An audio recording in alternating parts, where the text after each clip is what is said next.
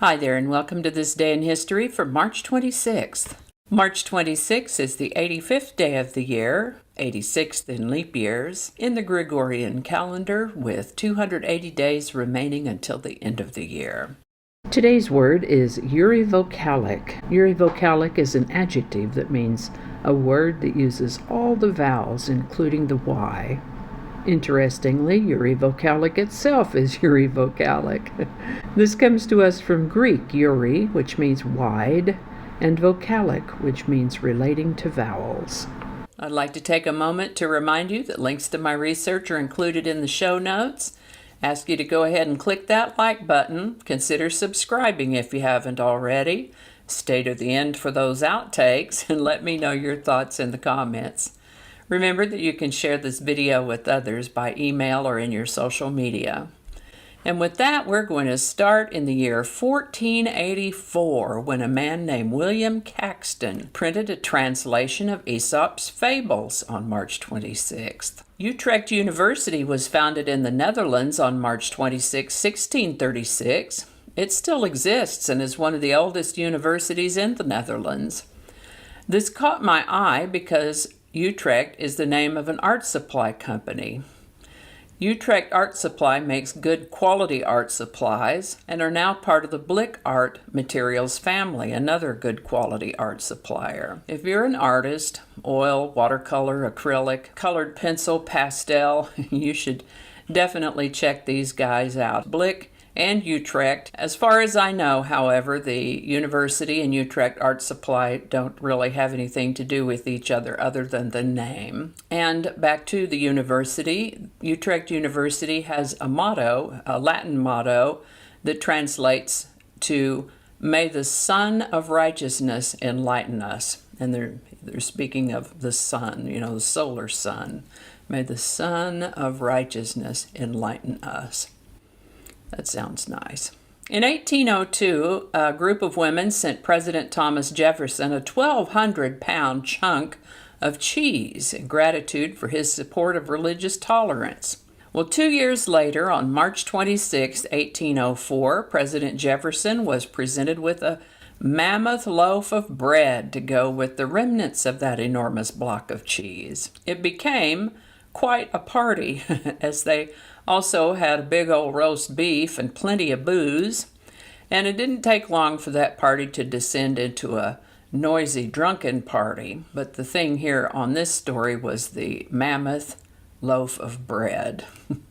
On March 26, 1812, a political cartoon in the Boston Gazette coined the term gerrymander to describe oddly shaped electoral districts designed to help incumbents win re-election. The term gerrymandering is named after Elbridge Gerry, who, as governor of Massachusetts in 1812, signed a bill that created a partisan district in the Boston area that was compared to the shape of a mythological salamander. The term has negative connotations, and gerrymandering is almost always considered a corruption of the democratic process. The resulting district is also known as a gerrymander, and the word can also be used as a verb for the process of gerrymandering.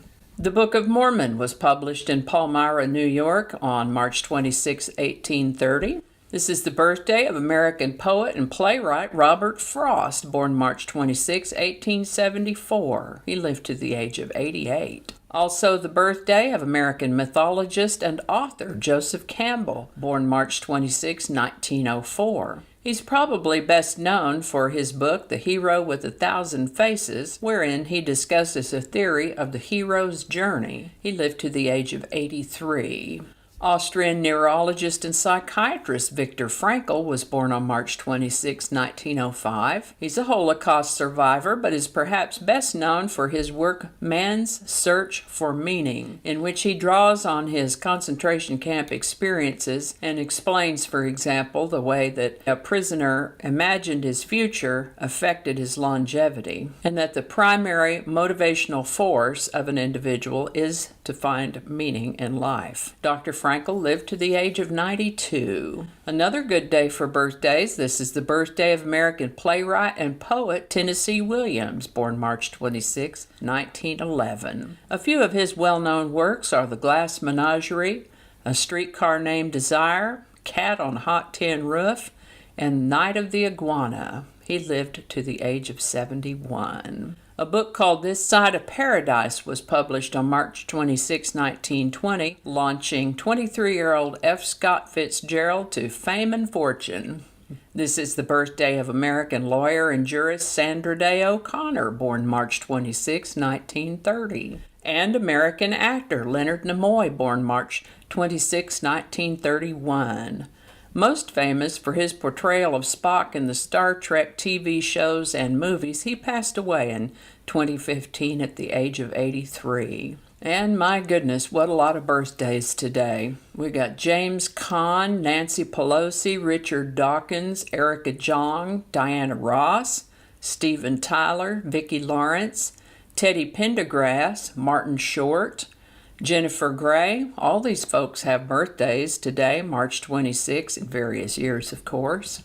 The first female prisoners arrived at Auschwitz concentration camp in German-occupied Poland on March 26, 1942. The Battle of Iwo Jima ended as the island was officially secured by American forces on March 26, 1945. To follow up on his declaration in February of 1950 that he had a list of over 200 known communists in the Department of State, which he in fact did not, on March 26, 1950, Joseph McCarthy let leak an accusation that Professor Owen Lattimore was a top spy for the Soviet Union.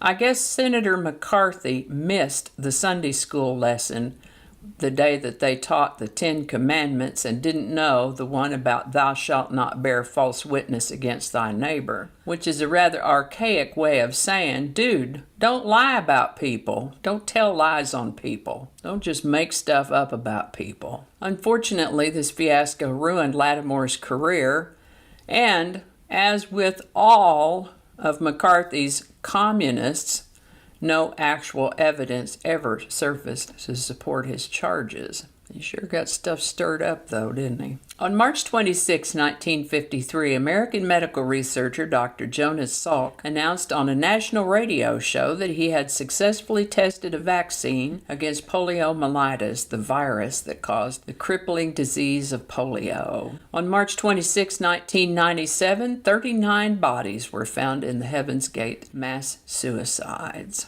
And I think that's going to do it for us today. As always, links to my research are included in the show notes. Thank you so much for watching. Give it a like if you enjoyed this video. Consider subscribing if you haven't already. Thanks again, and I'll see you next time.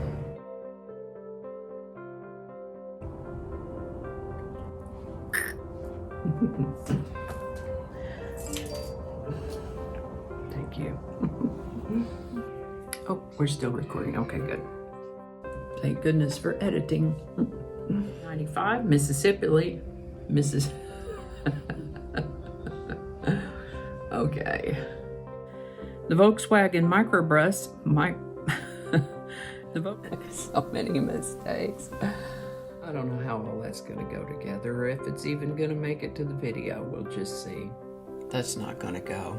Probably cut all that out. That'll all be laying on the cutting room floor. So I'll just do that whole thing over. That might not make it into the video. We'll see. Changing it up.